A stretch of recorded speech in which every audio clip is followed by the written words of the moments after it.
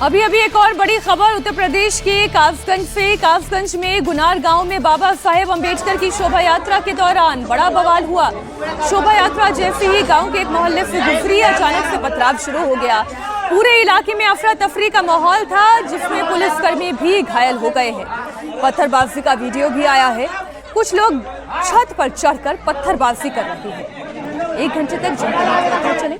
स्थिति इतनी बिगड़ गई कि कई जगहों पर सड़क पर ही ट्रैक्टर ट्रॉली लगाकर ही रास्ते को रोकना पड़ा। अफरा तफरी का माहौल चारों तरफ दिखाई दे रहा था। घटना की जानकारी मिलते ही प्रशासन हरकत में आया। डीएम ने भारी पुलिस बल के साथ मौके पर पहुंचकर उपद्रवियों को काबू में करने की कोशिश की, तो उपद्रवियों ने पुलिस पर ही पत्थरबाजी कर दी। पत्थरबाजी में एक पुलिसकर्मी के घायल होने की खबर है। कड़ी मशक्कत के बाद पुलिस ने हल्का बल प्रयोग कर भीड़ को तितर-बितर किया। पुलिस ने मौके से एक महिला समेत 10 लोगों को हिरासत में लिया। इसके साथ ही पूरे इलाके को भी छावनी में तब्दील कर दिया गया है। विशाल प्रताप सिंह हमारे सहयोगी लखीमपुर खीरी से इस वक्त लाइव जुड़े हुए हैं। इतनी हिंसा, इतना तनाव, क्यों ये पक्ष आमने सामने आ गए? क्या विवाद हो गया?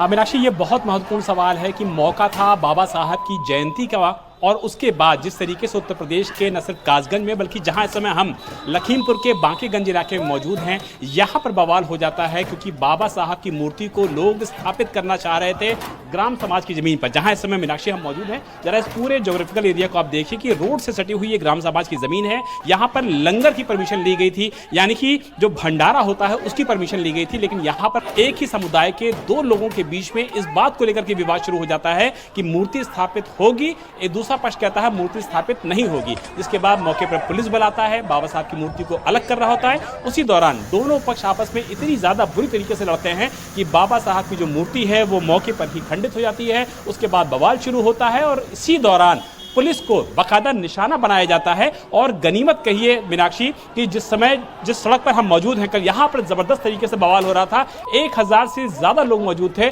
और मौके पर जो गुरुद्वारा है, अगर ये गुरुद्वारे का गेट ना खोला गया होता, पुलिस और प्रशासन के लोगों को अंदर ना छुपाया गया होता, ना उनको सेव किया गया होता, तो शायद कल लखीमपुर में बहुत बड़ी दुर्घटना हो सकती थी। लेकिन गुरुद्वारे के लोगों ने फरिश्ते के रूप में आकर के पुलिस और प्रशासन की जान बचाई है। और मौके पर हमारे साथ कुछ लोग मौजूद हैं, दुकान के लोग मौजूद हैं, उनसे बताते हैं, उनसे बात कर लेते हैं, तो आपको अंदाजा हो जाएगा कि ये पूरा मामला जो था वो कितना ज्यादा कल संवेदनशील हो गया था लखीमपुर के बांकीगंज इलाके में। सीधे दुकान वाले से बात करते हैं।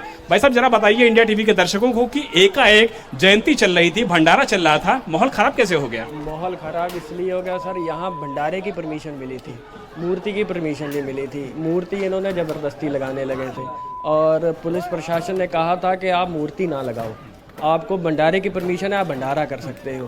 तो वो भंडारा कर रहे थे तो वो जबरदस्ती मूर्ति लगाने लगे, तो आपस में इनका वो मतभेद हो गया। जमीन ग्राम समाज की है, मूर्ति जबरदस्ती लगाने लगे, परमिशन ली नहीं गई और उसके बाद पत्थरबाजी शुरू हो गई। उसके बाद पत्थरबाजी शुरू हो गई है। जमीन है ये सरकारी गड्ढा, गोबर का गड्ढा है, गोबर फेंकने का गाँव का, तो उसमें वो अम्बेडकर पार्क बनाना चाहिए। अफवाह के बारे में बताइए दर्शकों को कि किस तरीके की अफवाह फैलाई गई। ये एक लेडीज को उन्होंने रख दिया था रोड के ऊपर के ये मर गई है।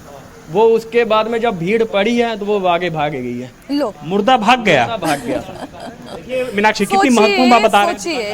यही पुलिस का ही पक्ष है कि लेडीज को ला करके यहाँ पे लेटा दिया जाता है कि डेड बॉडी है, लेकिन जब पत्थरबाजी शुरू होती है तो सबसे पहले वही लेडी जिसको डेड बॉडी बताया जा रहा था वो मौके से उठ के भागती है। यानी कि एक सोची समझी साजिश के तहत यहाँ पर माहौल खराब करने की कोशिश हुई है।